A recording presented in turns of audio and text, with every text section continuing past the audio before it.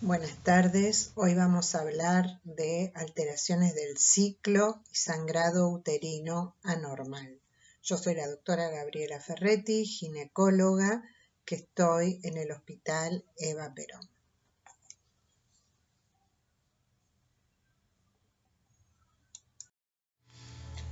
Bueno, vamos a hablar un poco del ciclo menstrual normal. Como ustedes ven en este gráfico, nosotros podemos dividir el ciclo menstrual en dos partes, del día 1 al día 14 y del día 14 al día 28, donde luego se produce la menstruación. ¿Qué es la menstruación? Es la disgregación de la capa funcional del endometrio progestacional que dura de 2 a 7 días con un intervalo de 28 a 30 días y un volumen de 6 a 8 mililitros. Para que esto se produzca, debe haber una interacción entre las hormonas que produce la glándula hipófisis, que son las gonadotrofinas, la FSH y la LH, y las hormonas producidas por el ovario, el estradiol y la progesterona, y la acción que estos realizan a nivel del endometrio, produciendo un endometrio proliferativo o estrogénico y un endometrio progestacional o secretorio. Como ustedes pueden ver en este gráfico, la FSH va a ir aumentando a medida que los días van pasando, a producir un pico alrededor del día 13 o 14 del ciclo para luego disminuir. Mientras que la LH tiene valores basales y hace su pico aproximadamente en el día 13 del ciclo, unas horas antes del periodo ovulatorio.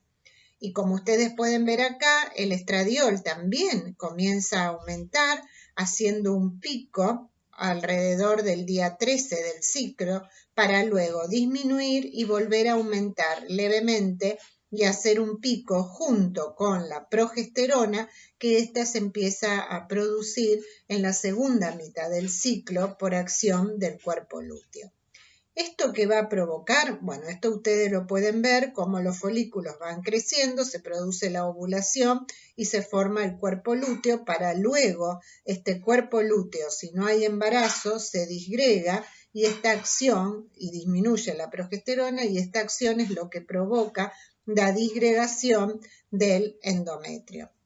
Como ustedes ven, la acción de estas hormonas a nivel del endometrio va a producir en la primera fase del ciclo una proliferación de las glándulas endometriales y un aumento de las arterias espiraladas. Y luego, por acción de la progesterona del cuerpo lúteo, estas glándulas se comienzan a producir edematosas, donde producen tienen una gran acción secretoria, y las arterias espiraladas cada vez aumentan de tamaño y se empiezan a enrollar. Cuando no se produce un embarazo, que este cuerpo lúteo se disgrega y la progesterona cae, se produce la disgregación del endometrio y por lo tanto lo que se denomina menstruación. Bueno, entonces, para que se produzca un ciclo menstrual normal, tenemos que saber qué es la manifestación de la interacción coordinada del eje hipotálamo hipófiso ovárico, como vimos recién en el esquema anterior, que tiene que haber una respuesta endometrial armónica y regular en toda su superficie para que se produzca la disgregación de la capa funcional, que va a estar regulada por estrógenos y progesterona, y que la maduración adecuada y ordenada de los receptores hormonales condicionante del desarrollo de las glándulas, del corion y de los vasos, como vimos anteriormente en el esquema. Y un sistema vascular uterino que está adaptado a las diferentes fases del ciclo, y por supuesto tiene que haber una coagulación sanguínea normal. Bueno, las alteraciones del ciclo van a ser las alteraciones que se producen en frecuencia en días, que pueden ser frecuentes menor de 24 días, o lo que antes nosotros denominábamos polimenorrea, que son ciclos cortos. infrecuente mayor de 38 días, que es la oligomenorrea, que son ciclos largos. Alteraciones en la regularidad, que puede estar ausente, que es la amenorrea, cuando hay una ausencia de menstruación por más de 3 ciclos. Irregular mayor de 20 días, cuando esta menstruación se prolonga en el tiempo, que se denomina menometrorragia. Duración en días prolongados, cuando es más de 8 días, acortado menos de 4 días, o por alguna alteración en el volumen de la sangre, cuando es abundante, mayor de 80 mililitros, que eso se denominaba hipermenorrea, y leve, menor de 5 mililitros, hipomenorrea. Esta clasificación es la nueva clasificación de FIGO, que cambió los términos con respecto a los que nosotros conocíamos antes. Por eso yo, entre paréntesis, le puse los términos que se utilizaban antes, como polimenorrea, oligomenorrea, hipermenorrea o hipomenorrea, y menometrorragia o amenorrea. También tenemos que tener en cuenta algunos términos. El sangrado uterino anormal, que lo abreviamos como SUA, puede ser agudo, que se presenta en mujeres en edad reproductiva, no gestante, de forma aguda, con un sangrado abundante, pudiendo producir una descompensación hemodinámica. Esto es lo que nosotros denominábamos una metrorragia. El sangrado uterino anormal crónico es proveniente del útero, que es anormal en duración, volumen y frecuencia en los últimos 6 meses. Y el sangrado intermenstrual son episodios irregulares de sangrado escaso que ocurren entre los periodos menstruales. Estos son algunos de los términos nuevos que ustedes tienen que tener en cuenta. Entonces recuerden, el sangrado uterino anormal puede ser agudo o puede ser crónico.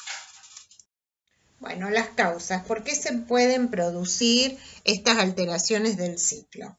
Bueno, por causas hipotálamo-hipofisarias, la más frecuente es la inmadurez del eje, ya que estos trastornos del ciclo son muy frecuentes y comunes en las pacientes adolescentes. Conflictos emocionales, trastorno de la conducta alimentaria, sobreentrenamiento físico, tumores, fundamentalmente a nivel de la hipófisis, lesiones vasculares o traumatismos encefálicos.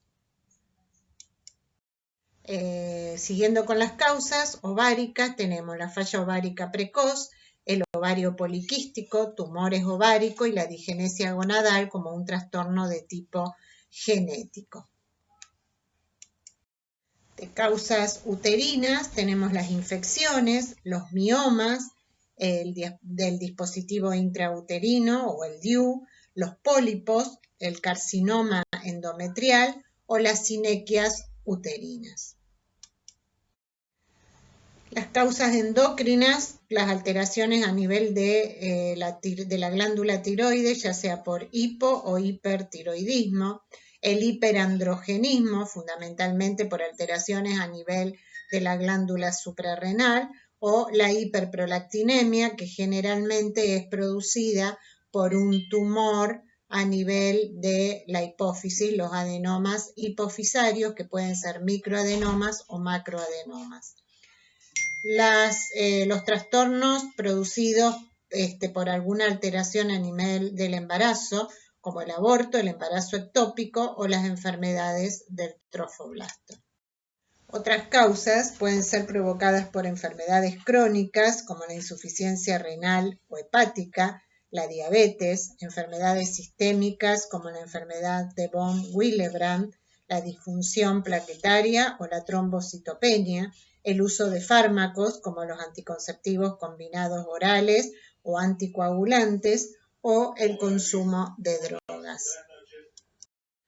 Bueno, FIGO clasificó al sangrado uterino anormal en dos, como PAN o COIN. PAN son las causas estructurales que producen un sangrado uterino anormal. como pueden ser los pólipos endometriales, la adenomiosis, los miomas o las causas de malignidad, como por ejemplo el cáncer de endometrio. Y COIN serían las causas no estructurales que producen el sangrado uterino anormal, como las coagulopatías, las causas que alteran la ovulación, las causas iatrogénicas o aquellas que no son clasificadas. Un poco todas estas causas, tanto la PAN como la COIN, las vimos antes cuando fuimos viendo las causas que podrían provocar este sangrado uterino anormal. Bueno, ¿qué tenemos que tener en cuenta para el manejo del sangrado uterino anormal? Primero, hay que evaluar el estado general de la paciente, después buscar la causa, controlar el sangrado, buscar el tratamiento adecuado, restituir los ciclos normales y evitar la recidiva.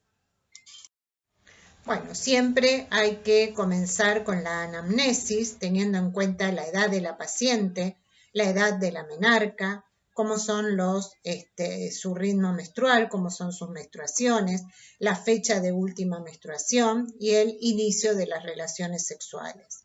¿Qué característica tiene el sangrado? Si tuvo aumento o pérdida de peso, qué actividad física realiza, si tiene enfermedades sistémicas, si está tomando alguna medicación, como por ejemplo anticonceptivos combinados orales, psicofármacos o anticoagulantes, y si hay algún antecedente familiar de esta patología.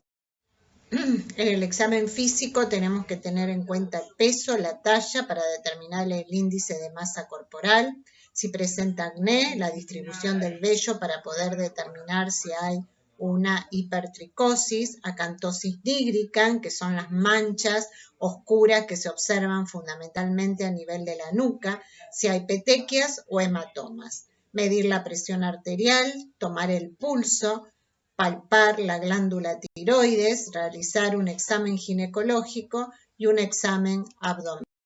Bueno, ¿qué estudios vamos a pedir? La subunidad beta de HCG siempre para descartar un embarazo, realizar un hemograma y un coagulograma. Recuerden que en el coagulograma siempre tenemos que pedir el recuento de plaquetas, el tiempo de coagulación, el tiempo de protrombina y si podemos medir también el fibrinógeno.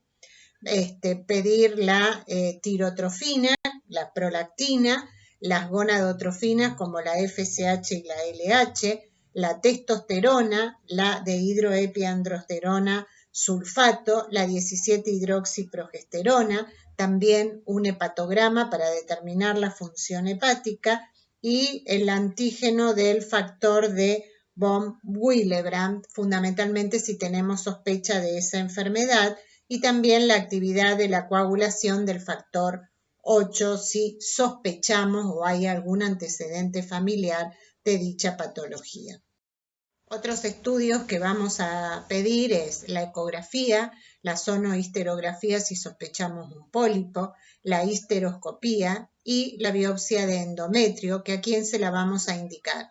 Aquellas pacientes posmenopáusicas que tienen un sangrado uterino anormal, en aquellas pacientes mayores de 45 años o menores de 45 años con un sangrado uterino anormal persistente o que tengan factores de riesgo.